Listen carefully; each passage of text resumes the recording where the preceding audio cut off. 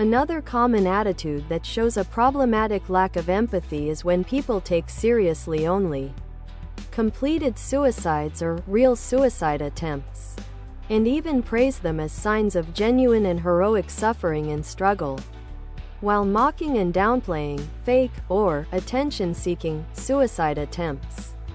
Surviving less effective methods, as well as Father's Day Dope Dad the Man the Myth the Legend shirt. It's nauseating that those people consider themselves to be sympathetic towards the depressed and the suicidal, but only when it's real mental illness according to their personal misguided standards.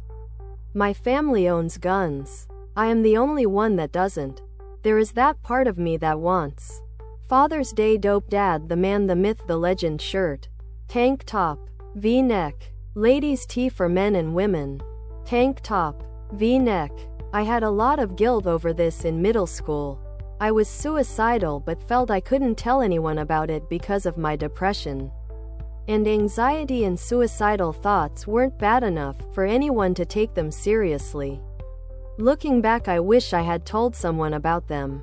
This was only made worse by the time I opened up to my mom about my thoughts and how I thought Father's Day Dope Dad the Man the Myth the Legend shirt. From that point on, whenever I had a panic attack or mentioned anything that wasn't sunshine and rainbows, my parents would mock me by fake crying, or yelled at me for looking for attention or being dramatic. My dad would tell me that if I kept it up, he'd have me tied up and taken away to the funny farm. Official Father's Day Dope Dad the Man the Myth the Legend sweatshirt, hoodie, sweatshirt, hoodie. It absolutely shattered me that my own parents weren't taking me seriously years later.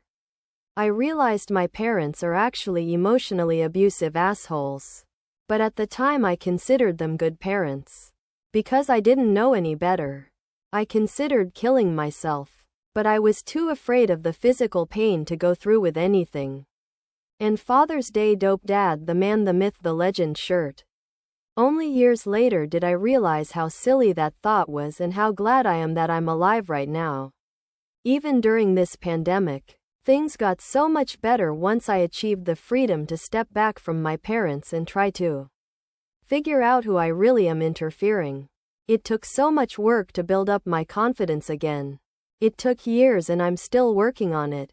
But I consider myself a completely different person than who I was back then.